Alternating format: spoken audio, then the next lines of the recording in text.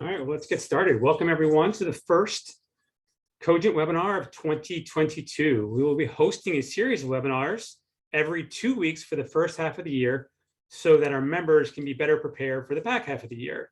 These webinars are meant to be educational and will focus on emerging technology designed to solve the challenges of today. Today, our focus will be on personalization at scale using AI and machine learning. We are joined by Michelle Bacharach, the CEO of FindMine. FindMine was created out of a desire for a better shopping experience by a consumer and is now the market leader in scaling a brand or retailer's editorial point of view.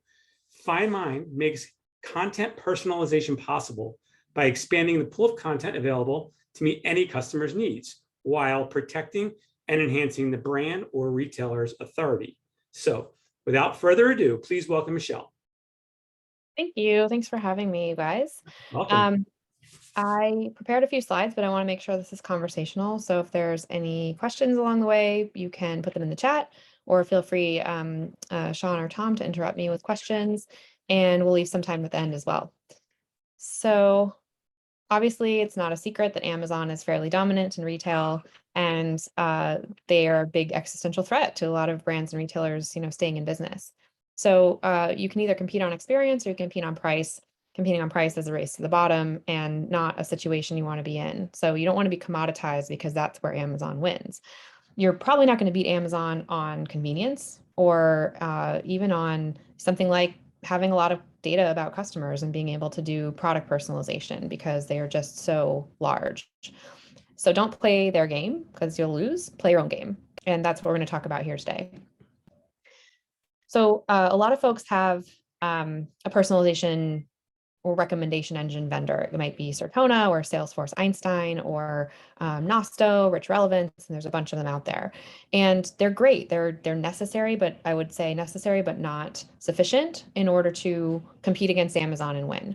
And the reason for that is that personalization is reacting to customers' data and showing them more of what they're likely to do already. So this is just a way to illustrate that. This is on the left side is an actual photo of my real apartment before I moved. And, that's the kind of interior design style or skill that I have. That's who I am. I'm not an expert at interior design. It's a hodgepodge. I wasn't sure how to mix things. The scale of items was off. And personalization, just reacting to my patterns, is going to give me more of the same. So I never get out of that into this better version of myself that has a much cooler, cleaner apartment, therapy worthy apartment, that kind of Instagram worthy look. That is the responsibility of the brands, to coach me, to editorialize, to inspire me and help me be a better version of myself. And that's a big missing component in a lot of folks' personalization strategy. And I'm going to show you why that's the case and what to do about it. So effective personalization really takes three things. And I think people over-index on the first one, which is who's your customer.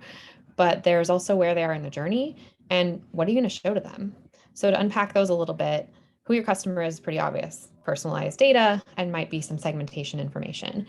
A lot of companies have a good start at this, and a lot of companies feel like, oh, I just need more data, I need more data, I need more data, and they're never going to really get there. We're going to talk about why doing that is going to be actually the worst possible outcome for your personalization than focusing on each one of these buckets in equal measure. So the second piece is, what channel are they on? Are they receiving a post-purchase follow-up email?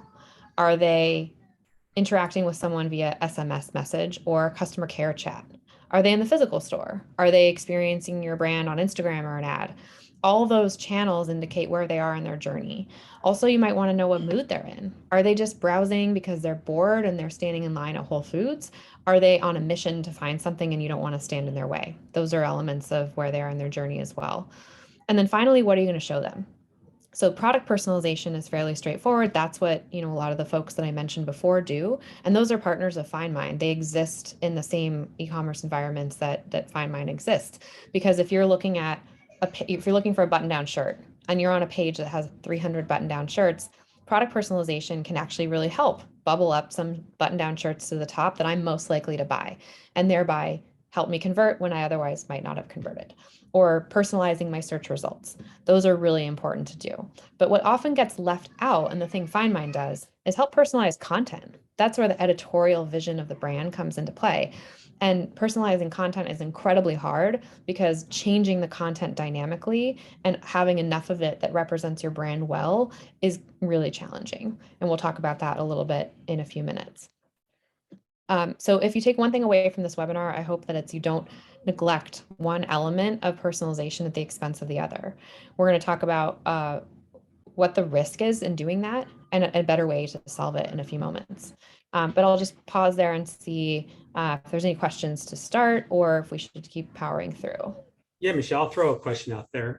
When you speak about addressing a shopper based on where they are in their journey, can you elaborate on how you know where they are and where they're at? How do you know where they are in their journey and how you might speak to them at that moment?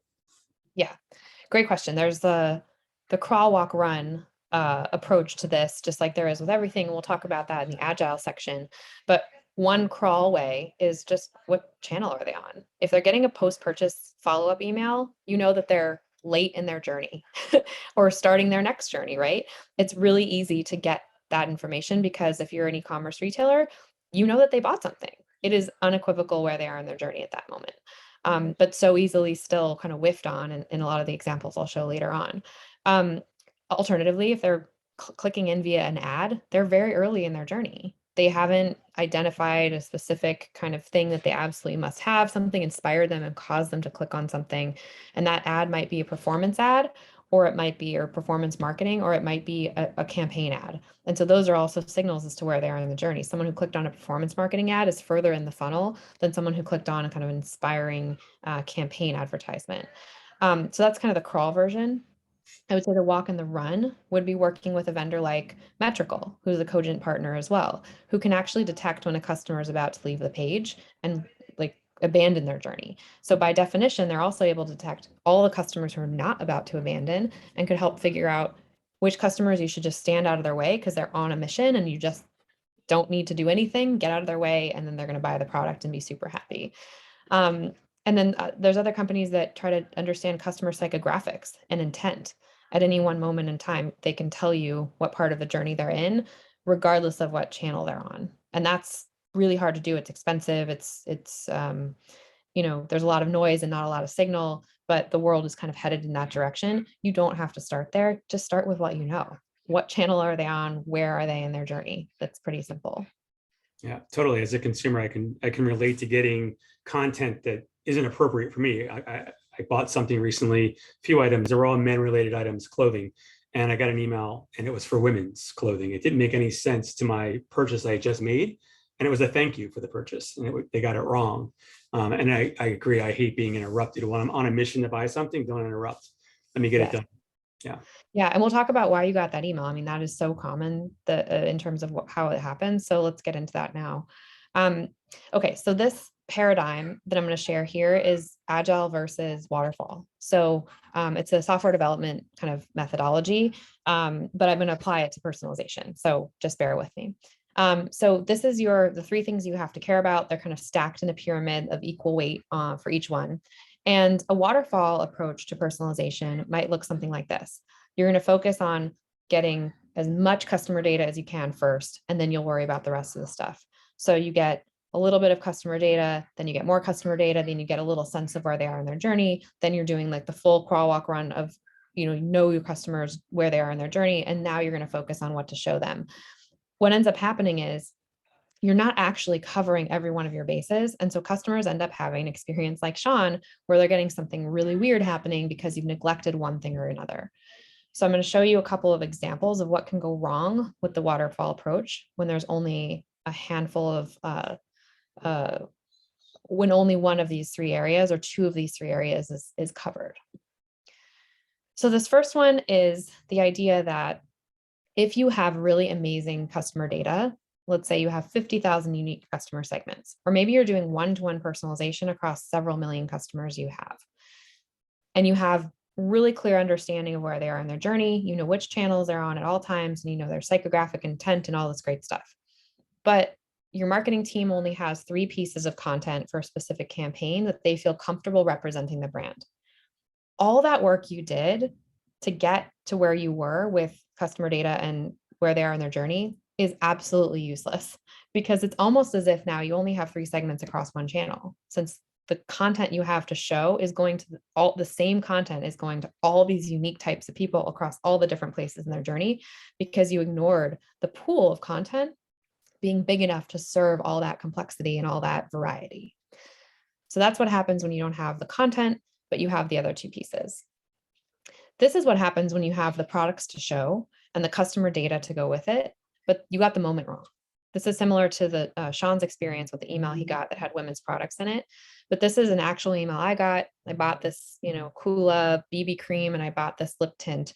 And I got in my order confirmation email, you literally can see on here, I ordered this product on October 2nd. I got this email on October 2nd confirming my order.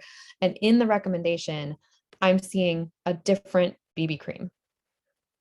And now I'm like, did I buy the wrong thing? Should I not have bought that? They're baiting me into a return, or at least causing me to question my purchase. I haven't even received this BB cream yet to know if that's going to be the right one for me. So the moment in time to hit me with that recommendation is a couple weeks after I got the BB cream, in case, or maybe a week after I got the BB cream, in case it's not right for me and I want to return it, I can get this one instead. It's not after I immediately just bought this product that's now making me question or second guess my purchase.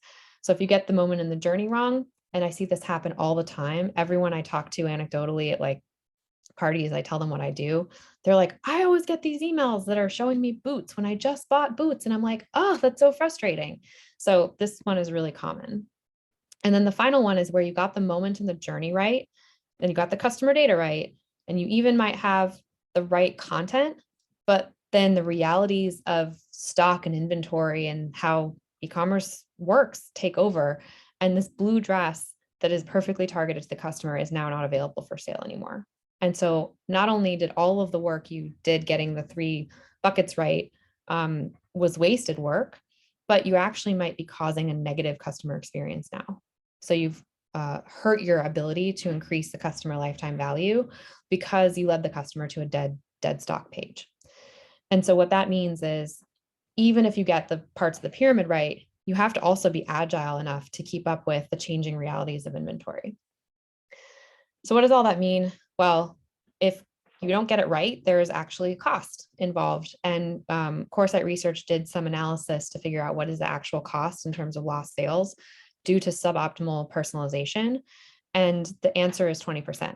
So 20% of your sales are at risk right now because you're getting one of the 3 pieces of the pyramid wrong, or you're not keeping up with the fact that inventory is turning over. So it's a really big, weighty problem, and we're here to help. But before we go into how to fix it, I would love to just pause again and see, Sean, if there's any new questions for us. Yeah, there is one around measurement, right? Like you talk about the average revenue lost. How do you, in a personalization effort like this, how do you measure success? Yeah, it's a great question. And I think a lot of times this is where companies get tripped up as well, because typically personalization vendors will focus on conversion rate and they'll focus on AOV, which are important, don't get me wrong. And conversion can go up when you show me the right button down shirt and you saved me from not buying something. But with customer acquisition costs being what they are, you can't stop there. You have to have the customer come back and buy again. And that's why a miss like this is so much a cardinal sin, because now you've whiffed on your opportunity to get the customer to extend their purchase.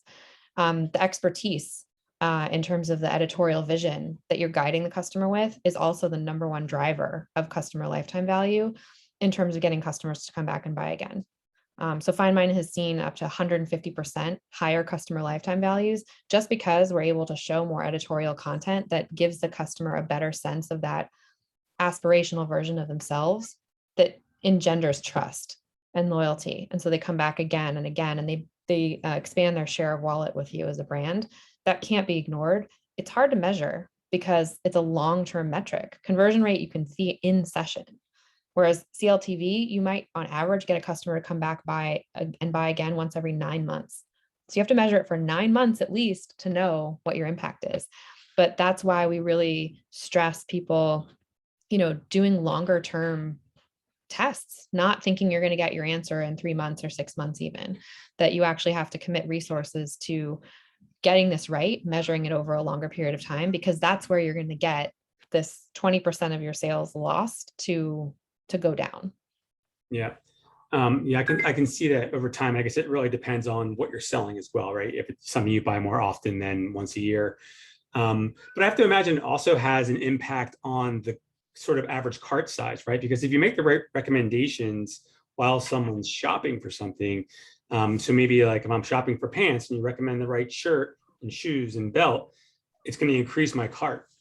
So maybe that's a shorter term measurement that some brands can measure if it's applicable to their business. Yeah. Yeah. And honestly, personalizing content also increases conversion and average order value, certainly, because you're building out the universe for this customer. So they're going to be more successful with the products they're buying. But the thing that isn't typically thought about is the longer term measure. So you should be testing for both. You should be testing for all of it. You should be testing for things even like Net Promoter Score, how your brand's affinity or your brand affinity with your consumers is increasing. Because really what's happening is that the iconic brands of the world that engender trust with customers are the ones that are surviving against Amazon, and not only surviving, but thriving. You want to be one of those. So how do you measure what's moving the needle with respect to that goal? Yeah. I mean, I guess ideally what you were saying before is true too. Like if you can look at what your repeat purchase rate is before launching an effort like this, and then maybe a year from now, look at what the repeat purchase rate looks like, you should see an increase. You should see a big one. Yeah. And that's exactly what we do. That's what we measure. That's what we stake our whole business on, is like customers will reward you with more loyalty the more you give them this aspirational vision of who they should be. And that comes by personalizing content, not just the products that you're recommending. Right. Cool. Thanks. Yeah. Cool. So I'm going to show now what to do about it. So we went through the kind of waterfall approach to personalization where you're focusing on one bucket at a time. The agile approach is saying do a little bit of every bucket and get that piece right, then move on to the next piece and the next piece until you filled the pyramid. What does that actually look like? Let's talk about a few examples and then we'll pause for questions. So an example of an agile personalization strategy might be use a tiny bit of customer data, a little information about where a customer is in their journey, and then show them something relevant for that moment. So example one, past purchases. Everyone who's doing e-commerce has past purchase history. I sincerely hope there's no retailer out there who's making orders and then throwing away the history of the order. So that should be the baseline. Everyone should have that. Where are they in their journey? You could target lapsed customers. So what that would look like is last order date plus 6 months is when I want to reach out to this customer. Very straightforward. Any ESP or CRM should be able to do this. If not, fire them and get another one. I can help figure out, I can send you to a bunch of good people. So everyone should have that too. And what are you going to show them? Now, this is where it gets a little harder, but this is where FindMine comes in. And you could do this without FindMine if you have the human resources to curate a seasonal style guide that's going to show for that customer based on their past purchases, all the products they can style into outfits for fall, outfits for summer, outfits for spring, outfits for winter. But FindMine does the automation of this part. So you actually have the pool of content available to achieve this personalization path. This is really simple. It's just one section of the pyramid, but you're covering all the 3 bases in the pyramid. It's just one sliver of the vertical version of the pyramid. Another sliver might look like this. You have a segment, and this one's a little more sophisticated because you need to know who's an expecting mom. That might require a little bit more personal information on your consumer. Who click on an ad. That one can be straightforward, but hopefully you store that in memory. And you're going to show them first nursery 17 different ways as a landing page. And again, this is something FindMine automates all the time, where a merchant doesn't have to come in and create the vision of what a first nursery looks like with all the products that go together. And then, the ad that they click on, you could actually have the destination page of that ad be this experience that is consistent with the ad that you showed them. So now you're acknowledging the moment in your customer's journey, which is, I'm on some other site. I'm on some blog for moms to be, or I'm on the NewYorkTimes.com or wherever, and I saw something that piqued my interest. So trigger off of the thing that piqued their interest, keep that relevant to them. A lot of times what happens in the kind of waterfall personalization model is a customer clicks on an ad that piqued their interest and they're dumped in a landing page, or sorry, they're dumped in a home page, or they're dumped in a product page. And there's no storytelling in either of those locations. So with agile personalization and really making sure you're getting the content piece of personalization right, you can have that customer click on an ad that piqued their interest, and whatever it was that piqued it can stay consistent. So in this model, it's a first nursery. Here's all the things you need to do to register for, to create your beautiful nursery in a jungle theme or in a, storytime playbook theme, things like that. So those are just two really concrete examples. And they're not that hard to do. It just requires lining up those sections of the pyramid in a very agile approach, and then doing more of them, and then building on it and building on it until you're capturing all your customers' engagement points. You've got all your customers covered. You have content and product recommendations covered as well. You're personalizing the entire end-to-end journey. That's a great goal to have, but don't let perfect be the enemy of the good. This is where you can start. And that's all I had to share in terms of slides. So I'll open it up to questions now. This is a little bit about us, and would love to hear how else we can help. Yeah, just a couple of questions, Michelle. If any more come in, I'll read them as well. So given you talked about how you personalize experiences on a landing page, on the website, and even in an email, but how else can you personalize content outside the website? So I'm thinking like advertising, like display, video, whatever it might be. Yeah, that's a great question. So you're a little bit dependent on the platform that you're on, right? When it's off your own four walls, you don't control as much as the brand or retailer. But that said, in a place like Instagram or Facebook or in an advertisement, you do have the opportunity to control the destination of where you're sending this customer. And that's where the landing page example comes in really handy. If you are allowed to buy the platform like Facebook or Instagram, which don't do this today, but someone like a Criteo or Flash Talking or someone who has the ability to manipulate the actual ad creative might let you. If you are able to manipulate the ad creative itself, then you can use something like Find Mine to personalize what's actually shown in that content image. Video, you can even do it with video too. Video is a little more challenging because of the moving imagery, but you can stitch together different pieces of moving imagery and personalize it by voicing over the customer's name, and that can be done using AI. So you can get really fancy with it. You can also be really straightforward. So like the crawl approach would be personalize the destination. The landing page needs to match the feeling of the ad creative the customer came from. That's your crawl. Your walk could be manipulate the creative itself, and your run might be personalizing videos everywhere they exist in pre-roll advertisements across the entire internet. Right. So, so there's a lot there. How difficult or how much of a lift is it for a brand or a retailer to implement a personalization program of this scale? Great question. So there's no one-stop shop for personalization. Any brand or any software company that is telling you that doesn't do it very well, because you can't be all things to all people. So you need something that helps you with your customer data. So that's a CDP, a CRM. You need something that helps you manipulate the pages. So that's probably like a Certona or Monetate. You need something that helps you figure out where your customer is in their journey. That can be fairly easy because the platforms themselves can recognize a customer from, place to place. It's getting a little harder with PII and some of the iOS updates and GDPR kind of privacy concerns to know your same customer on all these different platforms. But even just knowing that a customer is on this particular platform in this particular moment can make a huge difference, like we talked about in some of the examples of the fails we saw before. And then you need to be able to personalize content. And that's what Find Mine does.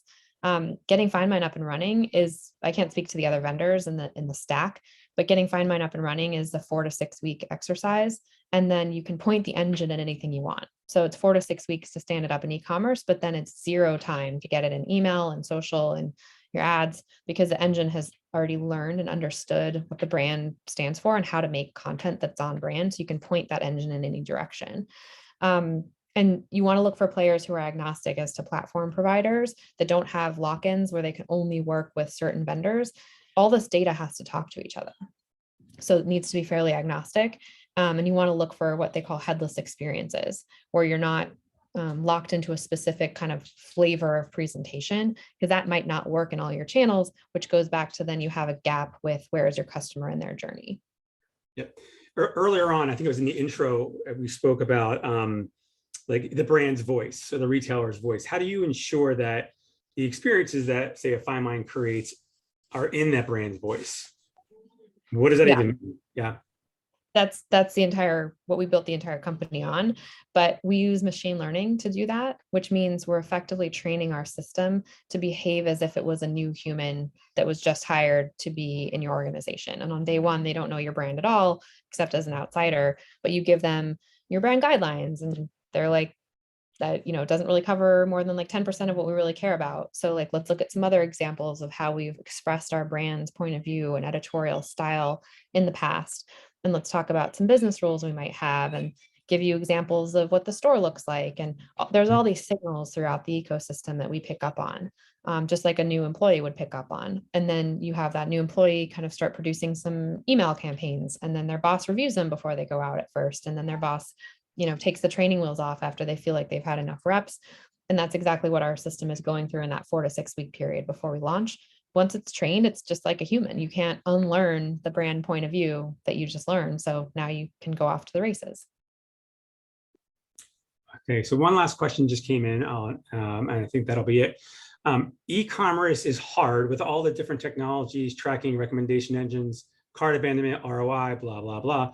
What is the holistic value prop for a brand to use FindMine? Kind of a bottom line ROI. That is a great question. Bottom line ROI is a great way to encapsulate it. We get 20 to 40x ROI for our customers in terms of what they're spending on FindMine and then what they're getting out of it.